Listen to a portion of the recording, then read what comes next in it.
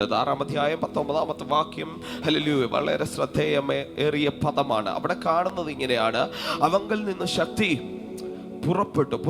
Price Lord, hallelujah. ശക്തി എന്നൊക്കെ പറയുമ്പോൾ ദൈവശക്തിക്ക് നമ്മൾ പല ഡെഫിനിഷൻ കൊടുക്കാറുണ്ട്. ബൈബിൾ സംബന്ധിച്ച് ബൈബിൾ പഠിക്കുമ്പോൾ അതിനനുസരിച്ചുള്ള ഡെഫിനിഷൻസ് നമ്മൾ കൊടുക്കാറുണ്ട്. നമ്മൾ അതിനെ ബൗണ്ടറി ഇട്ട് ചിലപ്പോൾ വെക്കാറുണ്ട്. Price law. 2-3 ശക്തികളെ മാത്രം ഒന്ന് പരിചയപ്പെടുത്തി വേഗം പ്രാർത്ഥിക്കുവാൻ താല്പര്യപ്പെടുകയാണ്. ഒന്നെന്ന് പറഞ്ഞാൽ ഹല്ലേലൂയ മനുഷ്യന്റെ ശക്തി എന്താണ്? മനുഷ്യന്റെ ശക്തി എന്ന് പറയുന്നത് ഒരിക്കലും ഹല്ലേലൂയ ശക്തി എന്ന് വിശേഷണം കൊടുക്കുന്നത് ഞാൻ അതിന് എക്സ്പ്ലനേഷൻ കൊടുക്കുവാൻ താല്പര്യപ്പെടുന്നത് ഐഡിയോളജി എന്നൊരു പദമാണ്. Praise Lord. മനുഷ്യന്റെ ശക്തി ഇല്ലെങ്കിൽ സ്ട്രെങ്ത് എന്ന് പറയുന്നത് അവരുടെ ഐഡിയോളജിയിലാണ്. Price Lord, hallelujah. പറയുന്നു മനുഷ്യന്റെ ശക്തി എന്ന് പറയുന്നത് മനുഷ്യന്റെ ചിന്തകളാണ്. Praise law.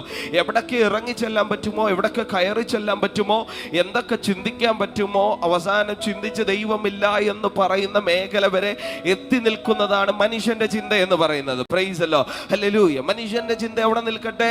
രണ്ടാമത്തെ ശക്തി എന്ന് പറയുന്നത് പിശാചിന്റെ ശക്തിയാണ്. എന്താണെന്നറിയാമോ? പിശാചിന്റെ ശക്തി, പിശാചിന്റെ ചിന്തകൾ എവിടം വരെ പോകുമെന്ന്. Praise Lord. Ideology of the Satan. Praise Lord. പിശാചിന്റെ ചിന്ത, പിശാച് എവിടം വരെ ചിന്തിക്കുമോ നമ്മൾ എന്ത് ചെയ്താലും അതിന് വിപരീതമായി കർത്താവിന്റെ പ്ലാൻ എന്താണോ, വാഗ്ദത്തം എന്താണോ, ഇതിന് ഓപ്പോസിറ്റ് ആയി ചിന്തിക്കുക എന്നുള്ളതാണ് ഇവന്റെ പ്ലാൻ. Praise God.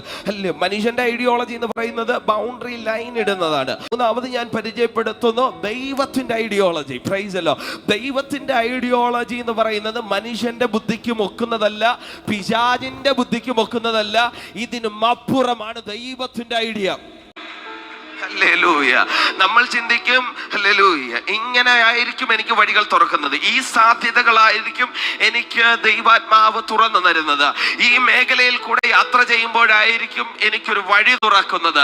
ഞാൻ പറയുന്നു മനുഷ്യന്റെ ചിന്തയല്ല, പിശാചിന്റെ പ്ലാനുകളല്ല, അതിന്റെ അപ്പുറം ദൈവത്തിന്റെ പദ്ധതിയിലാണ് നമ്മൾ ഒളിഞ്ഞിരിക്കുന്നത്, മറഞ്ഞിരിക്കുന്നത്.